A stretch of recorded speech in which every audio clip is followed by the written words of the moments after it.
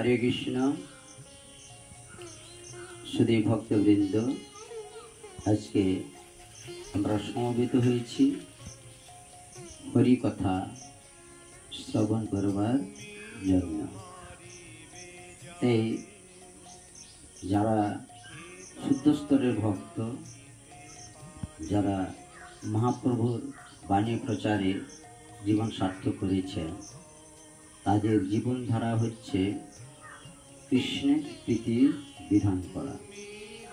তাই মহাপ্রভু যে শিক্ষা প্রত্যেকটা জীব যখন জন্মগ্রহণ করেছে তারা যাতে ভগবত সেবায় নিয়োজিত থেকে তারা যাতে ভগবত ধামে ফিরে যায়, তাই সকলেই চেষ্টা করা উচিত আমরা সকলেই সাধুগুরু বৈষ্ণবের আনুগত্যে ভজন করে আমরা ভগবদ্ধামে ফিরে যাওয়ার চেষ্টা করব। তাই এটা করতে গেলে নববিধা যে ভক্তি রয়েছে তার মধ্যে শ্রবণ এবং কীর্তন অত্যন্ত জরুরি, এবং এই শ্রবণ কীর্তন করার মধ্য দিয়ে মানুষের কর্তব্য হচ্ছে ভগবত প্রসাদ গ্রহণ করা। যতক্ষণ পর্যন্ত মানুষ ভগবত প্রসাদ গ্রহণ না করছে ততক্ষণ পর্যন্ত তারা কৃষ্ণ অনুশীলনে গুরুত্ব বুঝতে পারবে না।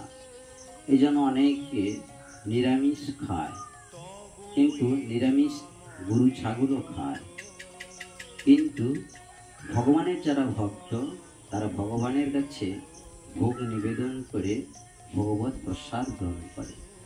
এইগুলো প্রশ্ন করবে যে নিরামিষ এবং প্রসাদের মধ্যে পার্থক্যই বা কী?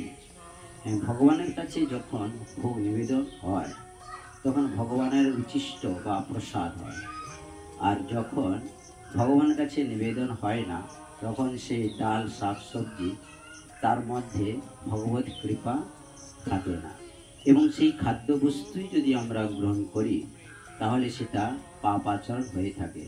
এই জন্য ভগবান শ্রীকৃষ্ণ গীতায় বর্ণনা করেছেন, কোনো ভক্ত যদি পত্র পুষ্প ফল এবং জল দান করে তাহলে তিনি প্রীতি সহকারে গ্রহণ করেন। আবার কৃষ্ণ প্রভুপাদ বর্ণনা করেছেন যে কমান্ডারের নির্দেশ অনুসারে যদি সৈনিক যদি গুলি চালায় তাহলে সৈনিকের কোনো কর্তব্য থাকে না, সেই কর্তব্যের জন্য দায়ী থাকবে কমান্ডার। সেই জন্য ভগবানের কাছে যখন আমরা ভোগ নিবেদন করি তখন সেটা যদি পাপ হয় তাহলে সেটা ভগবানের নির্দেশ অনুসারে সেটা হচ্ছে। ভগবান শ্রীকৃষ্ণ গীতায় বর্ণনা করেছেন, সর্বধর্মং পরিত্যাজ্য মামেকং শরণং ব্রজ অহং তাং সর্বপাপেভ্য মোক্ষয়িষ্যামি মা শুচি। অর্থাৎ ভগবানের নির্দেশ যখন আমরা পালন করব তাতেই যদি পাপ কর্ম হয়ে থাকে তাহলে ভগবান ঘোষণা করেছেন যে তিনি তার দায় তিনি গ্রহণ করবেন। জন্য আমাদের অষ্টাদশ পুরাণ রয়েছে, উপনিষদ রয়েছে, ভাগবত রয়েছে, গীতাও রয়েছে। ভগবান শ্রীকৃষ্ণের মুখনিসৃত বাণী হচ্ছে গীতা, এবং ভাগবত হচ্ছে ভগবানের লীলা এবং ভক্তদের লীলা সমূহ হচ্ছে ভাগবত। সেই জন্য সর্বপ্রথমে আমাদের গীতা পাঠ করে ভগবানের নির্দেশ পালন করা উচিত। এই যে অষ্টাদশ পুরাণ রয়েছে তার মধ্যে সত্যগুণ, রজগুণ এবং তমগুণের মানুষদের কথাটাই উল্লেখ রয়েছে। তমগুণ সম্পন্ন মানুষেরা তারা মাছ খেলেও খেতেই পারে, যারা রজগুণ তারাও খেলেও খেতেই পারে, কিন্তু যখন সত্যগুণের অধিষ্ঠিত ব্রাহ্মণ বা সদাচারী যারা জীবনযাপন করবে তারা কিন্তু মৎস্য, মাছ কিংবা ডিম এগুলো খাদ্যবস্তু গ্রহণের উপযোগী নয়। এই জন্য আর্য সভ্যতায় রয়েছে কেবলমাত্র ভগবানের কাছে ভোগ নিবেদন করে ভগবানের প্রসাদ গ্রহণ করা। যখন আমরা ভগবানের প্রসাদ গ্রহণ করব তখনই আমাদের মধ্যে অপ্রাকৃত কৃষ্ণ প্রেম লাভ হয়। এই জন্য যক্ষা রোগীর উচ্ছিষ্ট গ্রহণ করলে যেমন সাক্ষাৎ অবধারিত হয়। এই জন্য ভগবানের প্রসাদ গ্রহণ করবার ফলে তখন কি হয়, ভগবানের কৃপা লাভ হয়। এই জন্য আমাদের এই মনুষ্য জন্মকে যদি আমরা সার্থক করে তুলতে চাই, তাহলে আমাদের সবসময় কৃষ্ণ চিন্তায় মগ্ন থাকতে হবে। তাই আমরা যদি অজামিলের কাহিনী যদি শ্রবণ করি, তাহলে অজামিল কিন্তু ব্রাহ্মণ কুলে জন্মগ্রহণ করেও তিনি পাপাচারী ছিলেন। কিন্তু যখন তার মৃত্যুশয্যায় সাজিত হলেন, তখন তার নিজের পুত্রকে নারায়ণ বলে ডেকেছিলেন। তাহলে ভগবান কত কৃপালু। কিন্তু সেই নারায়ণের কথা শ্রবণ করার ফলে, ডাকার ফলে তখন কি হলো না, বিষ্ণুদূত এবং যমদূত। তাহলে এখানে বর্ণনা করা হচ্ছে কি, যে নামের কত মহিমা। যেন আমরা যত ভগবদ্ভক্তি লাভ করবার চেষ্টা করব, ততই আমরা এই জন্ম মৃত্যুর জরা ব্যাধি থেকে মুক্ত হয়ে ভগবদ্ধামে ফিরে যাওয়ার চেষ্টা করব। এইরকম অনেক কাহিনী রয়েছে, যে কাহিনীর মধ্য দিয়ে আমরা ভগবত কৃপা লাভ করতে সক্ষম হব।